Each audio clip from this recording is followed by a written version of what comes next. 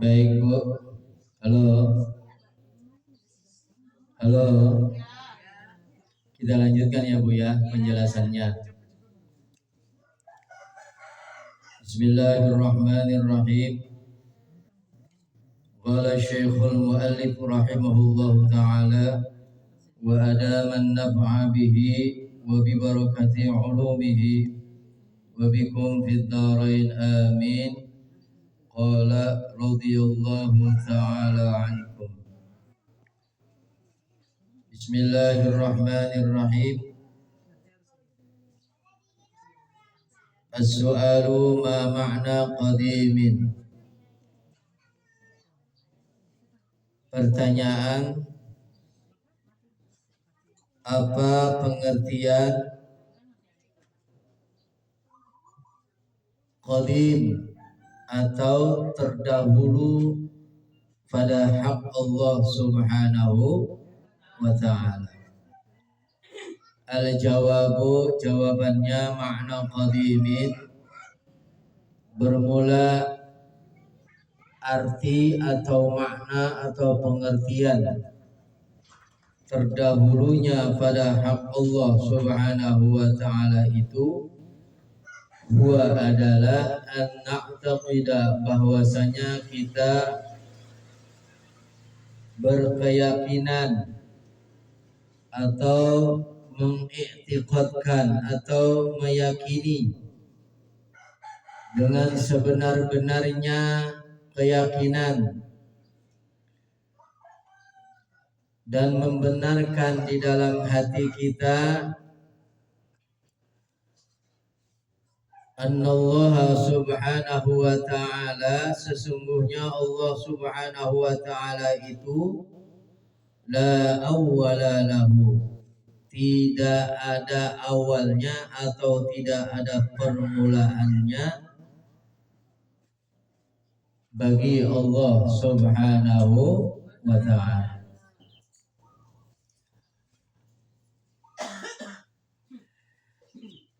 Jamaah yang dimuliakan oleh Allah Subhanahu wa ta'ala, ibu-ibu,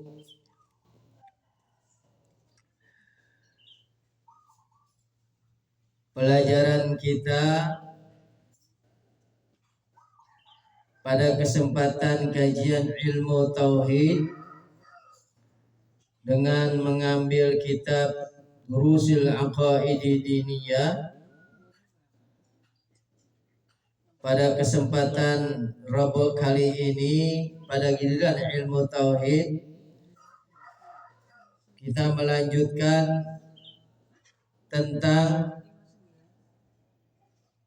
pengertiannya beriman kepada Allah Subhanahu wa ta'ala.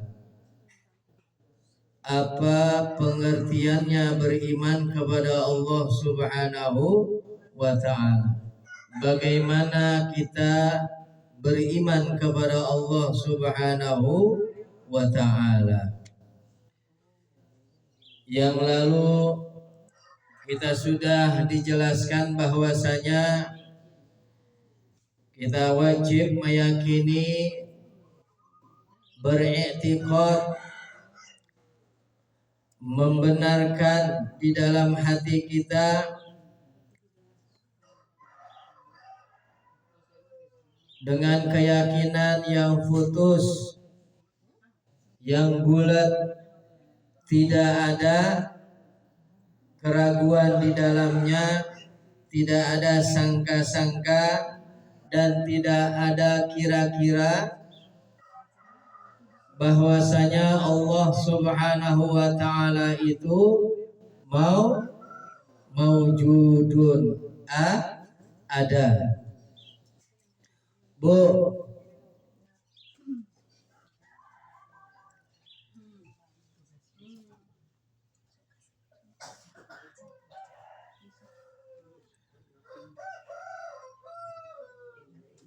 Allah Subhanahu wa ta'ala itu sebenar-benarnya ada. Mustahil tidak mustahil tidak ada. Dalilnya Allahul ladzi khalaqas samawati wal arda. Bermula Allah Subhanahu wa ta'ala itu dialah yang menciptakan 7 petala langit dan 7 petala bumi, wama bainahuma, dan apa-apa yang ada di antara keduanya, yaitu segala isi langit dan isi bumi. Itu Allah Subhanahu wa ta'ala dialah yang menciptakan. Halo, paham Bu? Jadi artinya segala ciptaan-ciptaan Allah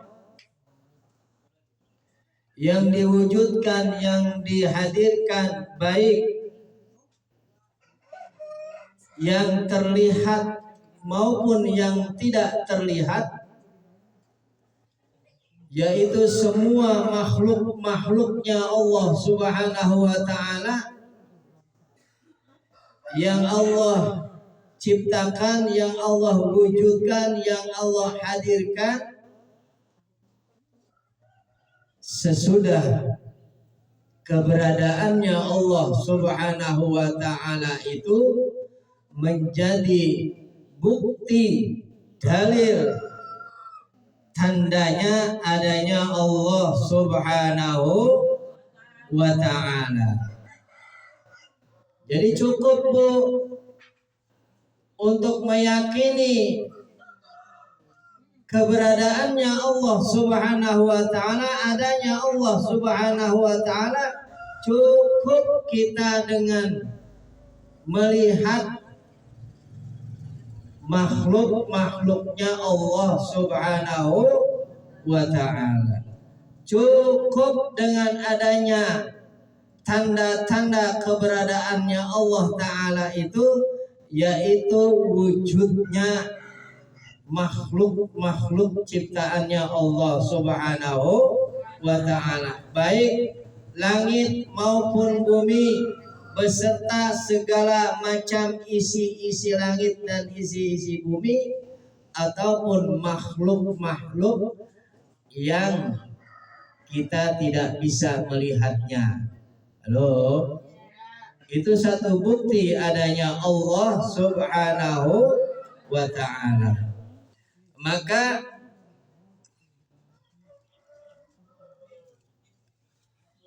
kalau ada orang yang mengatakan Allah itu tidak ada, Tuhan tidak ada, sementara ciptaan-ciptaannya nampak dan jelas ada, maka orang yang meyakini Allah tidak ada dikarenakan Allah tidak terlihat, maka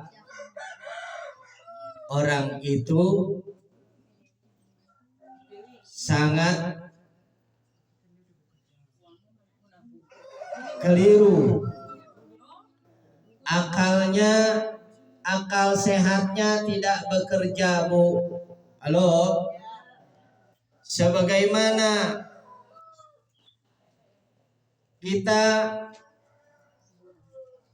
akal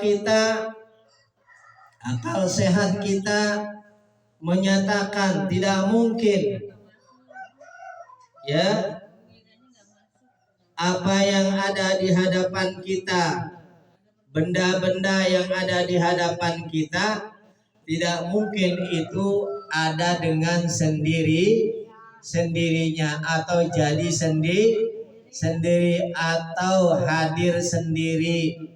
Tidak ada yang mendatangkannya. Contohnya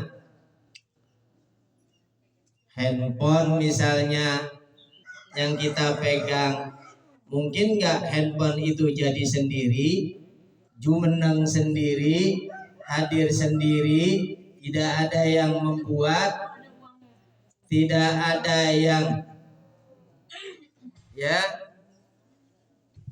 itu handphone, tidak ada yang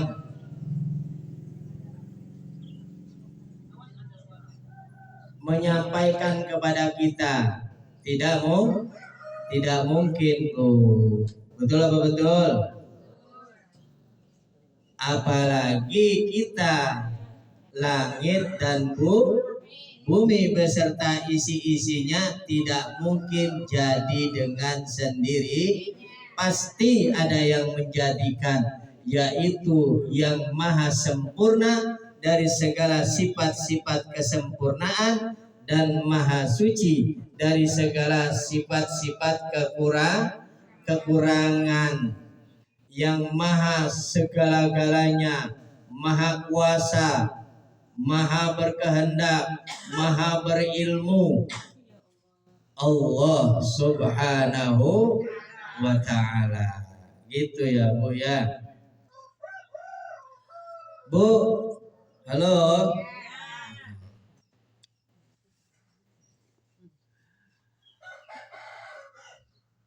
Allah subhanahu wa ta'ala